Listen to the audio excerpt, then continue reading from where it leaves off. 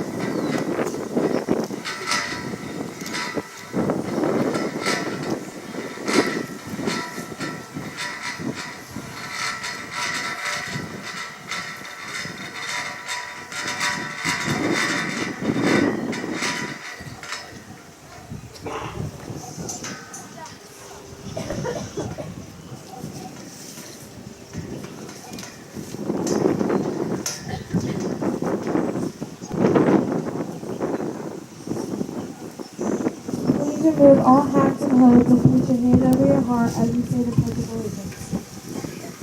I pledge allegiance to the flag of the United States of America and to the republic for which it stands, one nation, under God, indivisible, with liberty and justice for all. And now the junior high band will play the Star Spangled Banner, conducted by Mr. McVeigh.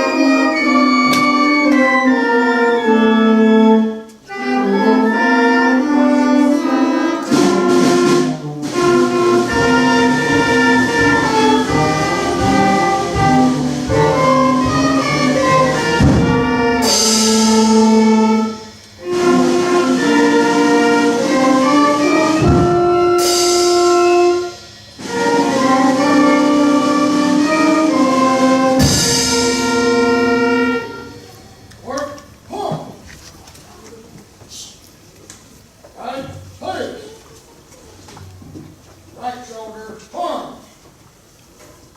On the left, forward. Forward, forward.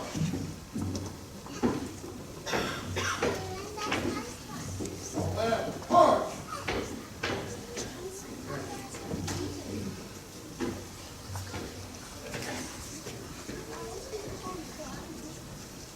Sweet down, hold. Left, push. Be seated.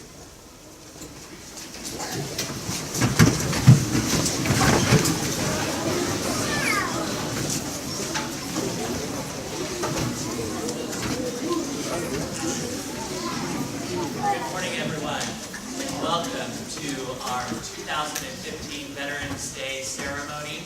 I'd like to start by recognizing our public speaking class who created our copies that we're all wearing. I know they're going to speak about the history and where the copies came from. If those students and Mrs. Markman who are in the back, if those students could rise so we could recognize them.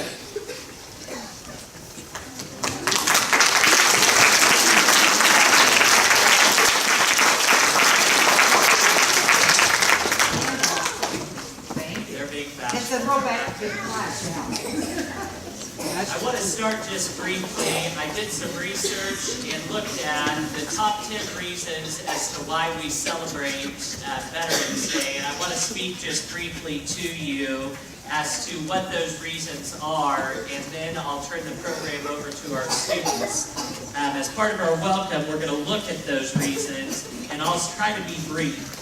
Our country today on November 11th, bringing a great sense of pride to our country, will be honoring the brave heroes who continue to fight for the freedom of our nation.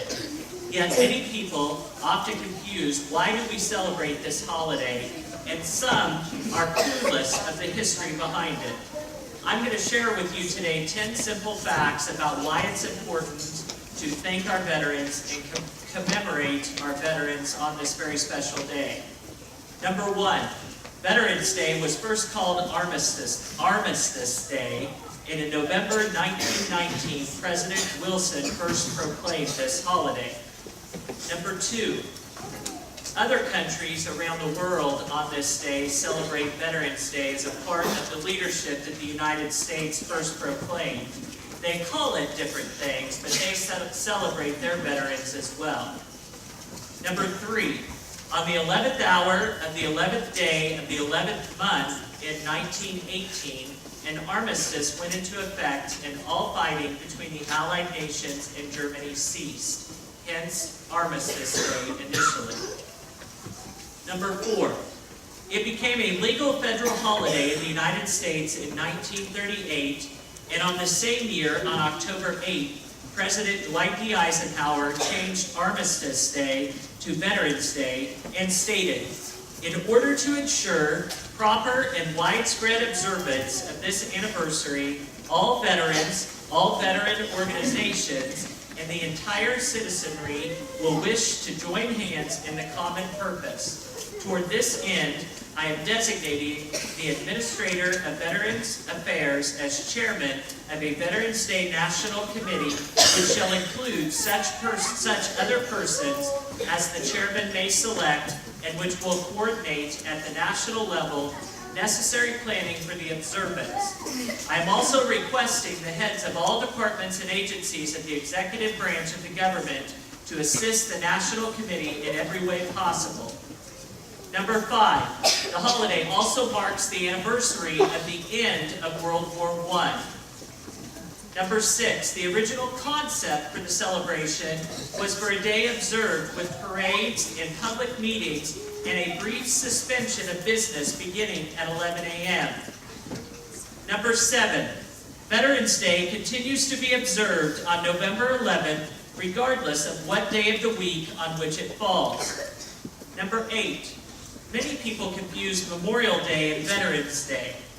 This holiday celebrates the service of all U.S. military veterans, while Memorial Day is a day of remembering the men and women who gave their lives and those who perished while in service. Number 9. This one's for all of our English teachers in the room. While the holiday is commonly printed as Veterans Day with an apostrophe S or Veterans apostrophe Day in calendars and advertisements, the U.S. Department of Veterans Affairs states that the attributive, no apostrophe, rather than the possessive case is the official spelling, because it is not a day that belongs to veterans, it is a day for honoring all veterans. Number 10, the celebration's main purpose is to honor America's veterans for their patriotism, love of country, and willingness to serve and sacrifice for the common good. And at this time, we'd like to have all of our veterans stand, and let's recognize them as we begin our celebration. If you'd please rise so we can recognize all veterans in attendance today.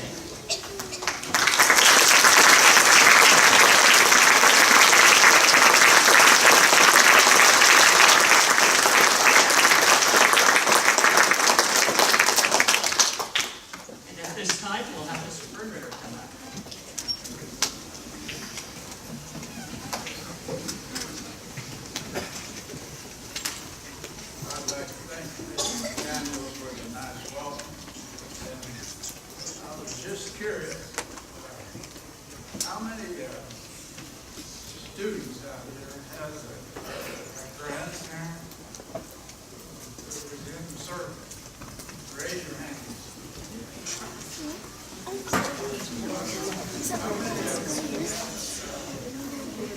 Raise your hand. Now, there's a lot of you. Thank you, everybody.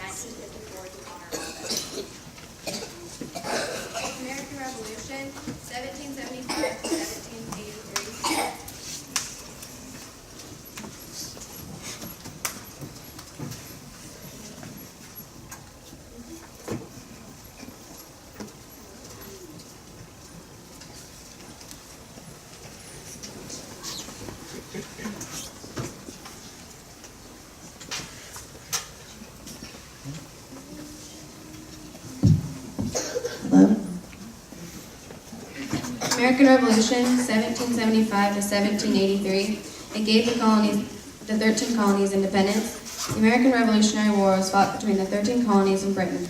The colonies gained their freedom and became the independent country of the United States. The War of 1812 started in 1812 and lasted until 1815. Even after the Revolutionary War, Britain refused to respect the rights of the United States. The U.S. declared war on Britain in 1812.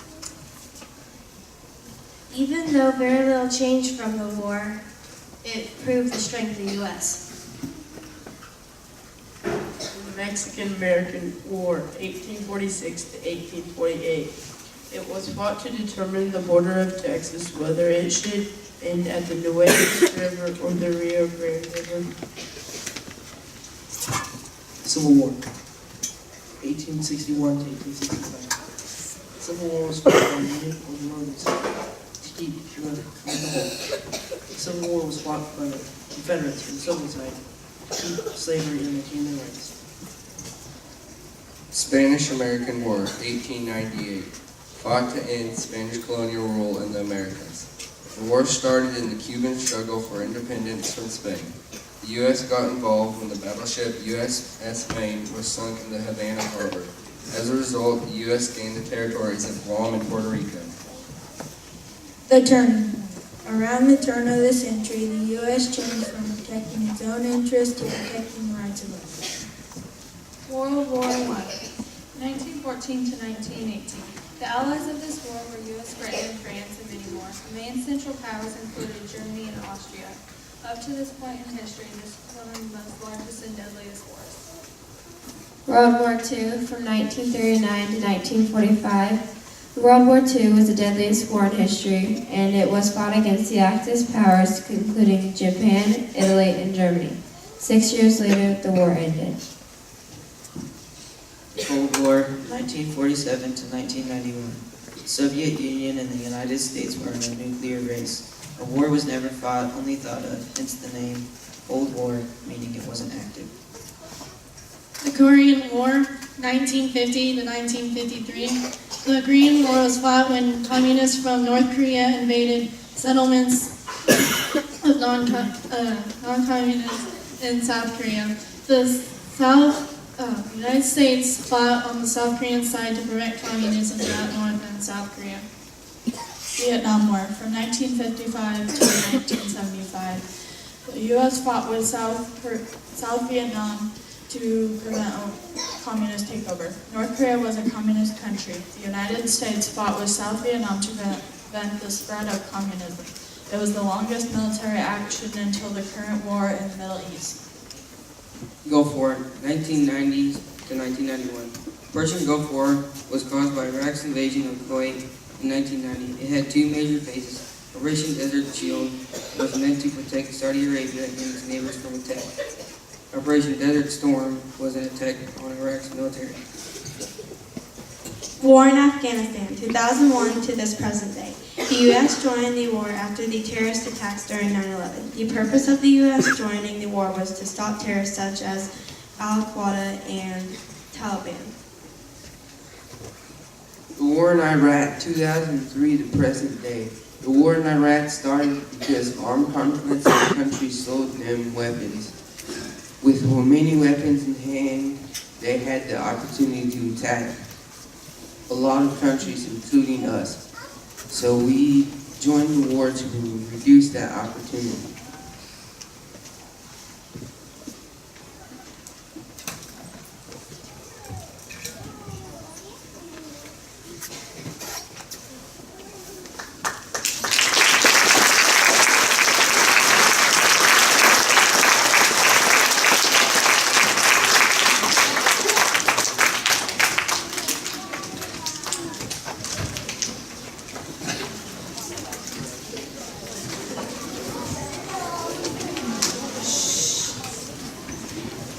So I see a lot of you are wearing your flowers, but does anybody know why you're wearing them? It's symbolic to a poem called Flanders Field, written by John McCrae. So we're going to take a look at his inspiration for writing this poem. The field poppy is an annual plant which flowers each year between about May and August. Its seeds are spread by the wind and can lie dormant in the ground for a long time. If the ground is disturbed from the early spring, the seeds will germinate and the poppy flowers will grow. This is what happened in parts of the front lines in Belgium and France. Once the ground was disturbed by the fighting, the poppy seeds lying in the ground began to germinate and grow during the warm weather in the spring and summer months of 1915, 1916, 1917, and 1918. The field poppy was also blossoming in parts of the Turkish battlefield on the Gallipoli Peninsula, with the Anzac and British forces arrived at the start of the campaign in April of 1915. The sight of these delicate, vibrant red flowers growing on the shattered grounds caught the attention of a Canadian soldier by the name of John McCrae. He noticed how they had sprung up in the disturbed ground of the burial among the artillery positions he was in.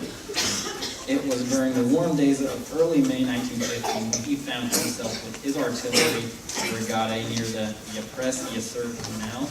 He is believed to have composed a poem following the death of a friend at that time. The first lines of the poem have become some of the most famous lines written in relation to the First World War. In Flanders fields the poppies blow.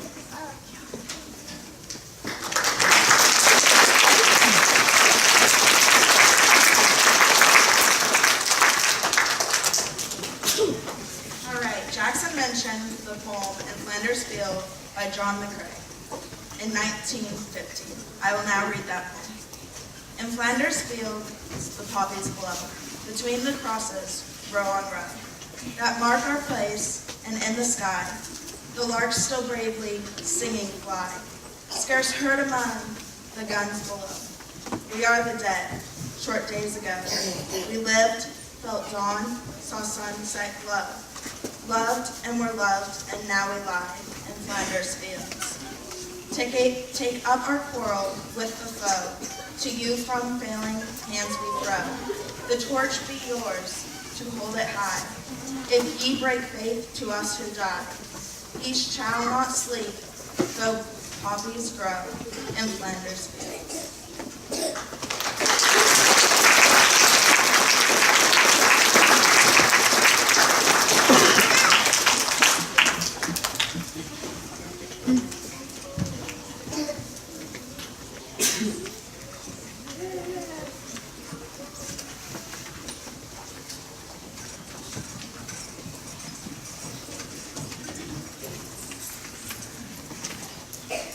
At this time, I'd like to ask Mr. Jim Moore to come and help with the introduction of our veterans and soldiers.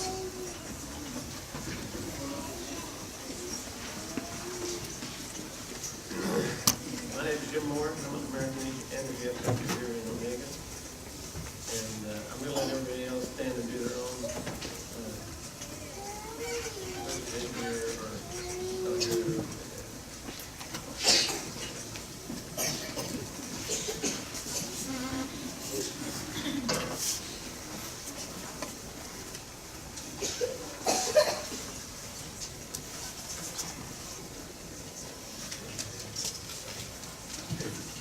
I'm Texas Manual, I served last part of the Korean War, 54 to 56.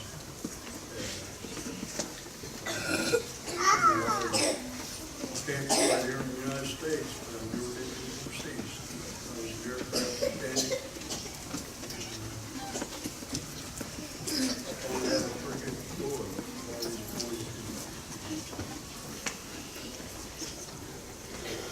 The United States Navy or the USS. I said he was got a missile cruiser. We operated off Fort Vietnam. Larry Baxter, U.S. Army. Did 3 tours in Nam, 3 tours in Europe, the rest over there in the United States from 65 to 1975. During the defense of 68, I was in Nam. I got sounds like a lot of years, but only 3 at 65, 66, 67, 68, 69, 7. And I want to thank all of you for everything you did. My name is Gene Gilstar, and I was in the Army during the Vietnam War, 72 to 75, and still involved in community activities here. So thank you. I'm Jack Barnett. Hurry up.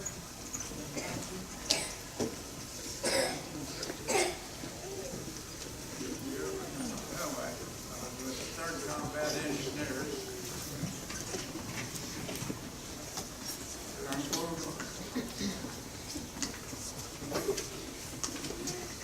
Ken Morgan, I served in an M3 unit in the U.S. Army, 72 to 3. I'm Gerald Peters, I served in the 4th Division, 1950.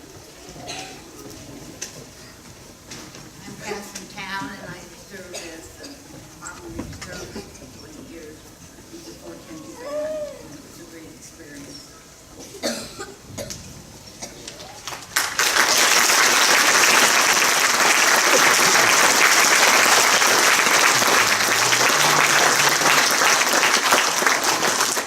I know we have some other veterans in the audience, if they would like to stand and introduce themselves, that if they wish to, they may.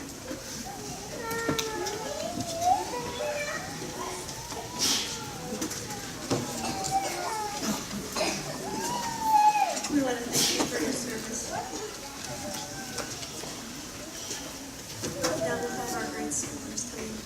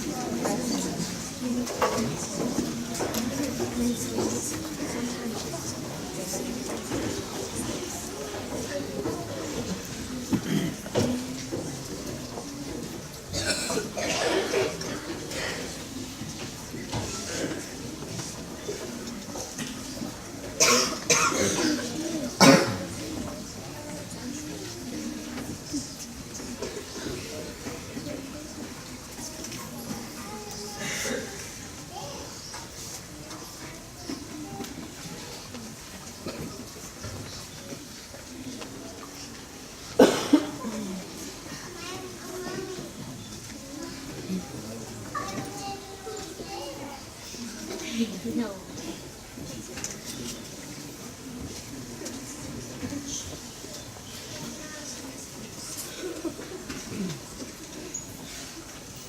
Veteran. I was a proud veteran. That served my country well. To those that will listen, I had many stories to tell. We fought for America's freedom in faraway places on foreign land. Forever the battle for democracy raged. America's finest maids. We fought for your free future and your right to For we faced the fears and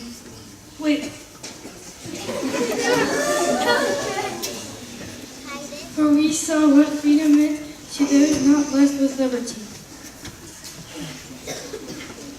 For you and yours we would gladly have given our life. We faced the fears of perils of battle, bravest turmoil, and strife. Please remember us veterans and the sacrifices we made for you. So we share the blessings of freedom, proudly wave the red, white, and blue.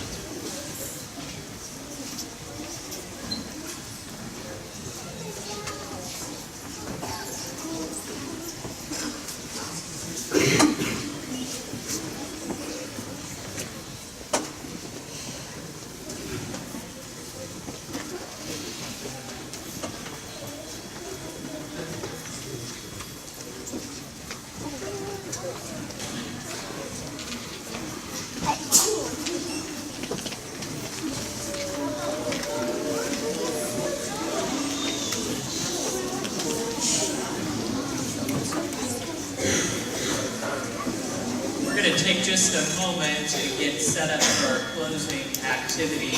While we do that, we want to thank all of our veterans for coming today and all of the students who participated in the activity. I know that many of you spent a lot of time getting ready for today's activity. Ooh, this microphone is hot.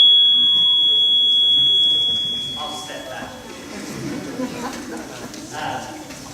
Thank you to everybody who worked very hard to make this celebration a reality today, and thank you for all of you that put forth a lot of effort getting things ready to go for today.